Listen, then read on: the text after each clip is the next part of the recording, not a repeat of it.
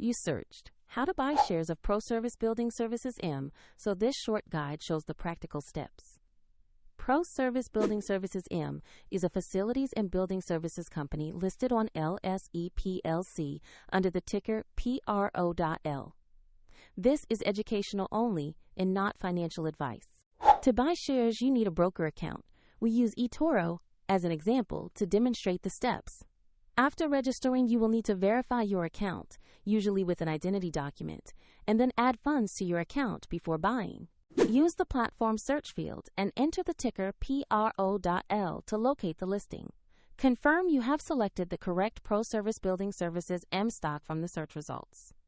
On the asset page, you will see basic company information and a price chart to review recent movements. Double-check the company name, exchange LSE PLC, and ticker PRO.L to ensure this is the correct share. Click the Invest or Buy button, choose the amount you want to invest, and review the order details before confirming. If the market is closed, your order may execute when it reopens, and if funds are insufficient, the platform will prompt you to add funds before confirming. Once completed, the position will appear in your portfolio where you can monitor it. A link to the platform is in the description if you want to review the broker used in this demonstration.